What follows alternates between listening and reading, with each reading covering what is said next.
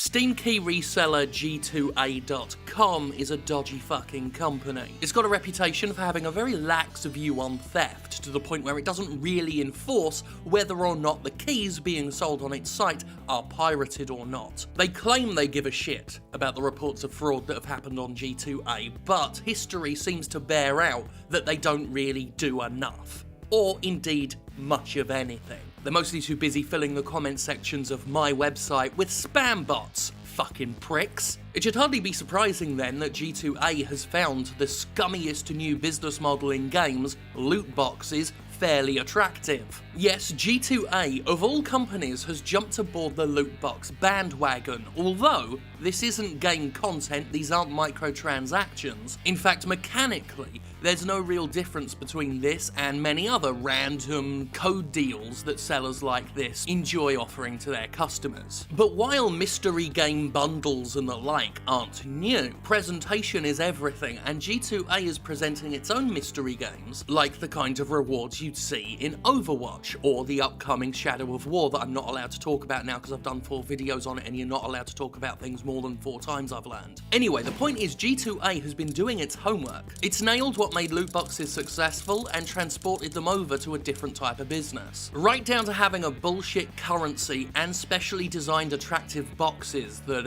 I presume are supposed to tantalize the audience and make them fantasize about the wonders inside. Rather than just pay for the boxes up front, you're gonna need to spend loot points, with the cheapest box being 5 loot points and the most expensive box being 100 loot points.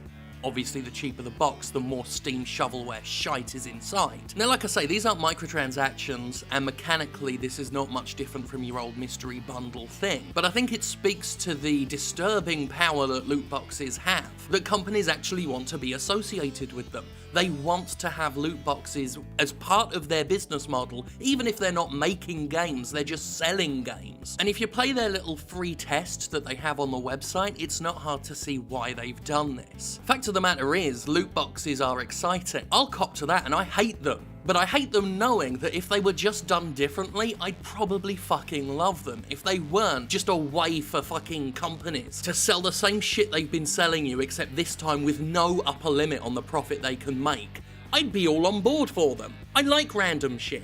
I like the thrill of opening up a card pack or a sticker pack or a box of mystery and seeing what wonderful things are in there. Companies know this, so companies put content in boxes and then charge you bits of money to open them.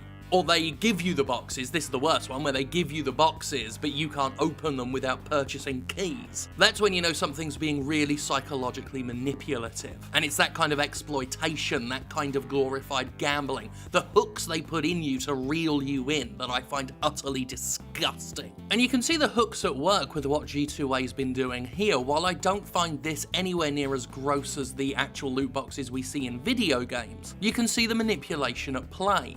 The way these games scroll when you try and open a box, you can just see it. Oh look, I was so close to getting Nier Automata. Oh, but I got Minion Masters instead. One more go and I'll get Nier Automata. Just one more spin, one more roll of the dice. Depending on the customer, it can be potently addictive. I think that's where the so-called whales and dolphins in mobile games come from. I'm sure the makers of some of these games get themselves to sleep at night by telling themselves that dolphins and whales, these people who spend lots and lots and lots of money on microtransactions, are all just rich people with more money than sense. But gambling addiction is a very real addiction, and loot boxes harness the very real psychological exploitation of gambling in order to succeed. So just remember that every time someone stands on a fucking stage at some technology conference and talks about how proud they are of their game attracting so many dolphins, so many whales. They may very well be crowing about the number of gambling addictions they've profited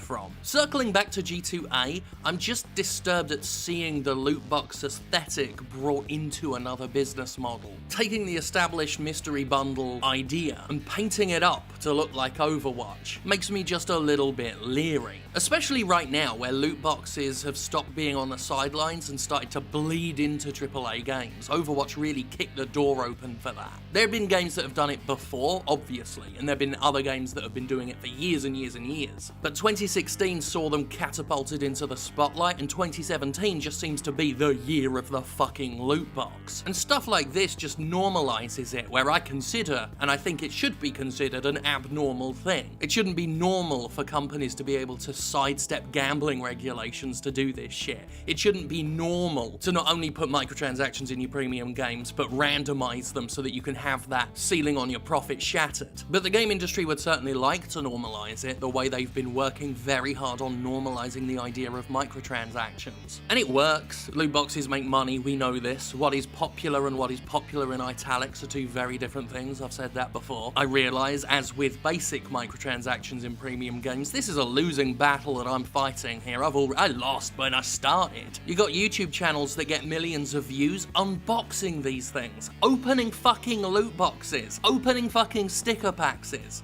Paxes? Sticker packs. I said boxes too many times. Paxes.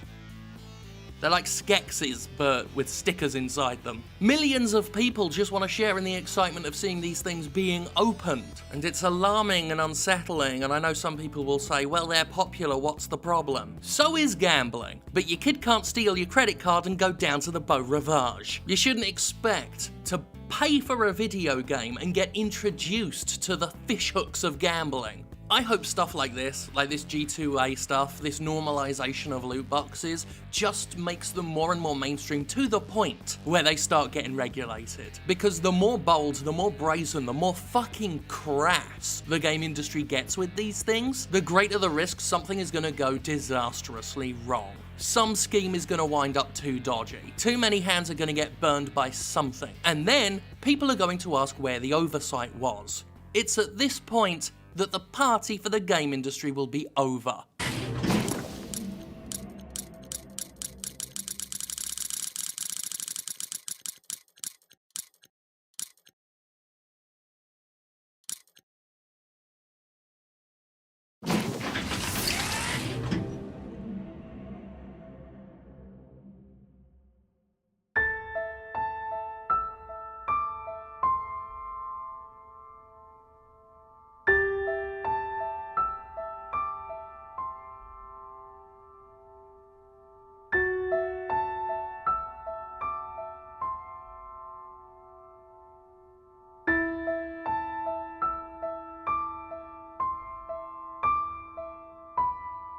Oh, just one more go.